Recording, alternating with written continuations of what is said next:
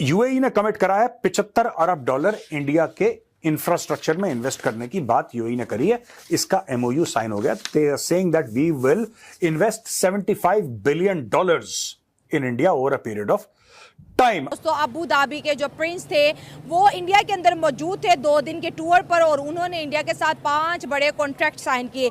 इसके साथ साथ India middle east Europe economic corridor के ऊपर भी बात की। इस टाइम जो है वर्ल्ड मुस्लिम ममालिक की तरफ से जो प्रेफरेंस मिल रही है वो भारत की जानिब जा रही है, चाहे वो ट्रेड के लिहाज से हो, रिलेशनशिप बिल्ड के लिहाज से, या किसी भी चीज को प्रेफरेंस देनी है तो वो भारत को चूज कर रहे हैं। Bharat middle east gulf countries के बड़ा करीब आ रहा है और पाकिस्तान को यह बात पसंद नहीं आ रही। पाकिस्तान इसको बिजनेस डील नहीं देखता। पाकिस्तान ये कहता है कि इस्लामिक दुनिया को भारत पाकिस्तान से दूर ले जा रहा है। हेलो दोस्तों, स्वागत है आपका इंडी पाक न्यूज़ चैनल में। दोस्तों, यूएई के क्राउन प्रिंस आए हुए थे इंडिया और हुई है बहुत सारी बड़ी बड़ी डील्स, जिनको देखकर पाकिस्तानी मीडिया शॉक हो गई है और उनको लगता है कि इस्लामिक ब्रदर होते हुए भी यूएई पाकिस्तान में इन्वेस्ट नहीं कर रहा है, जबकि इंडिया में नोटों की बरसात कर रहा है। तो आज ये इसी हवाले से बात करिए, पाकिस्तानी मीडिया मिलकर वॉच करते हैं। न्यूक्लियर पावर प्लांट, इसके साथ 15 सालों के लिए उनके साथ जो है इंडिया ने एनर्जी के कॉन्ट्रैक्ट किए हैं। तो एक मुल्क जो हर गुजरते दिन के साथ बड़ी तेजी से दौड़ है कि उसको दुनिया के 5th लार्जेस्ट इकोनॉमी बननी है, और पाकिस्तान में 5वां मार्शल लॉ कहने लग चुका है। क्या वाकई ये मार्शल लॉ में हम रह रहे हैं? यूएई इंडिया ने एक पैक्ट साइन करा है न्यूक्लियर पावर प्लांट्स को रन करने का। भारत के पास टैलेंट है, भारत के पास साइंटिस्ट हैं, भारत के पास इंजीनियर्स हैं, भारत के पास वो वर्कफोर्स है। तो भारत ने बोला है कि साहब हम आपको सर्विस देंगे और आपके जो न्यूक्लियर पावर प्लांट्स हैं हम उनको ऑपरेट भी करेंगे और उनको मेंटेन भी करेंगे। इस टाइम यूएई और इंडिया के अंदर जो काफी ज्यादा जो है एग्रीमेंट साइन किए जा रहे हैं। कॉरिडोर वर्चुअल भी इसमें एग्रीमेंट साइन किया गया है। अबू धाबी के क्राउन प्रिंस जो है वो इस टाइम इंडिया के अंदर मौजूद है। उधर आज अबू धाबी के जो है प्रिंस आए थे, 5 बड़े कॉन्ट्रैक्ट करके गए हैं, जिसमें उनके लिए कहते हैं ना बिलियंस डॉलर का फायदा है। सर, वो उस मुल्क की सियासत और वहाँ पे भी हमसे ज्यादा पॉलिटिकल आप सही कह रहे हैं, बिलियंस ऑफ डॉलर्स हैं।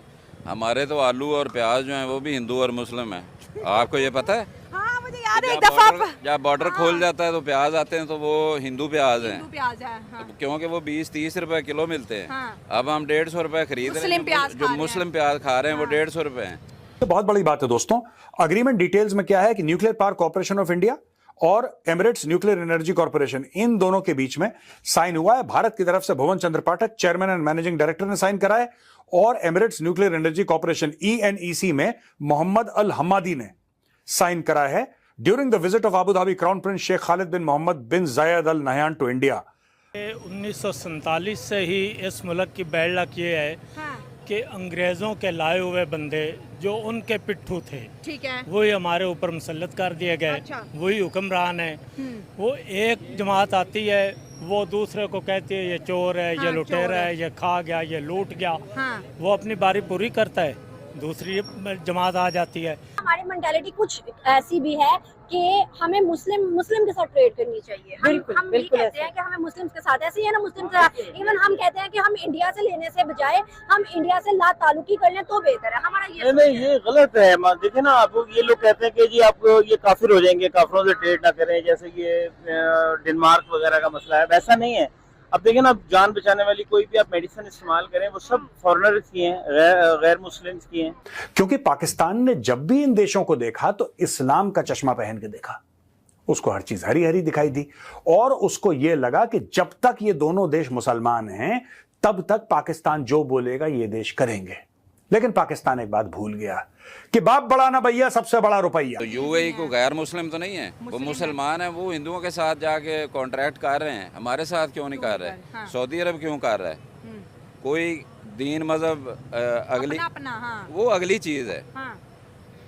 अब दुनिया में जो है जो रूल कर रहा है वो कर रहा है मईशत के ऊपर, इकोनॉमी के ऊपर। तो हम अल्लाह के हुक्म से ना दीन के हैं ना दुनिया के हैं, और हम अपना एक साइड पे लगे हुए हैं। जिसका जो दिल करता है वो अपनी एक मस्जिद बना के खड़ा हो जाता है। बातें कर सकते हैं, देखिए ना, हम किसी भी चीज़ में उनका मुकाबला नहीं कर सकते, क्योंकि हर चीज़ आज भी देख लें, उनको वो फूड में बहुत आगे हैं और फूड की प्रोडक्शन उनकी आगे है, पर एक्टिव यील्ड उनकी जो है क्रॉप्स की बहुत अच्छी है, और हम लोग अभी वही पुराने धक्कियान उसी उस पर चल रहे हैं। तो जब तक हम अपने आप को चेंज नहीं करेंगे हमारा काम नहीं हो सकेगा। इसके अलावा दोस्तों मैत्री लॉन्च करा है। मैत्री है क्या? मैत्री ये है master application for international trade and regulatory interface.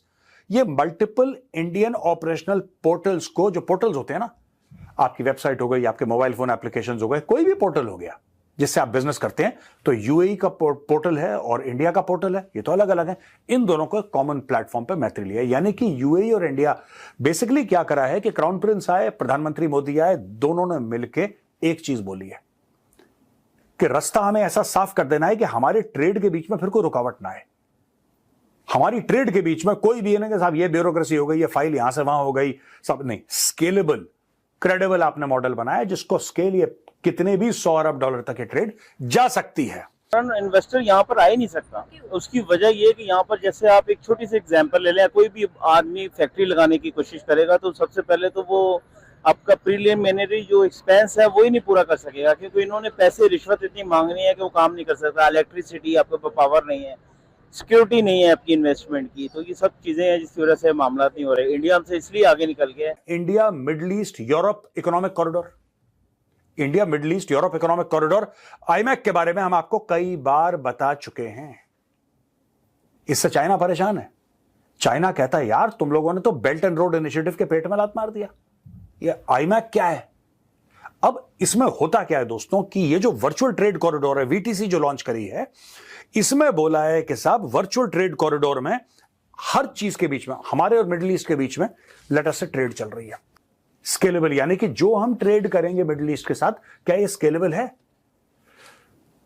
35 अरब नहीं, 35 नहीं, 80 अरब, 80 भी नहीं, 150, 200, 250, 300, 500 अरब डॉलर की ट्रेड ये होना चाहिए। लेकिन उसके लिए अगर आप चाहते हैं आपकी गाड़ी उतनी तेज चले, अगर आप ये चाहते हैं कि आपकी गाड़ी उतनी तेज चले, तो रोड भी उतनी खूबसूरत होनी चाहिए और गाड़ी भी उतनी मजबूत होनी चाहिए जो लगातार उस स्पीड पे चल ले। तो ये करा है वहां के crown prince Sheikh Khalid bin Mohammed bin Zayed Al Nahyan ने और प्राइम मिनिस्टर नरेंद्र मोदी जी ने। इंडिया को जो अपनी सप्लाई चेन है, भारत में तेल जो है तो दोस्तों भारत में, लेकिन बहुत कम है, नामात्र के बराबर। वो भारत की जरूरतें पूरी नहीं कर सकता, भारत को तेल इंपोर्ट करना है। और तेल के हमारे पास होने चाहिए दोस्तों स्ट्रेटेजिक रिजर्व्स। ये स्ट्रेटेजिक रिजर्व्स क्या है? ये स्ट्रेटेजिक रिजर्व्स ये हैं कि कल अगर युद्ध हो जाता है, कल ऐसी कोई प्राकृतिक आपदा आती है, कल कोई ऐसी मुसीबत आती है कि हम लोग वहां से तेल नहीं ला सकते, जो ऑयल प्रोड्यूसिंग कंट्रीज है, मिडिल ईस्ट ले लो, सऊदी ले लो, कोई भी ले लो, जहां से हम लोग तेल, इराक से लेते हैं हम लोग बहुत तेल, वहां से नहीं आ सकता। आपके पास तेल होना चाहिए।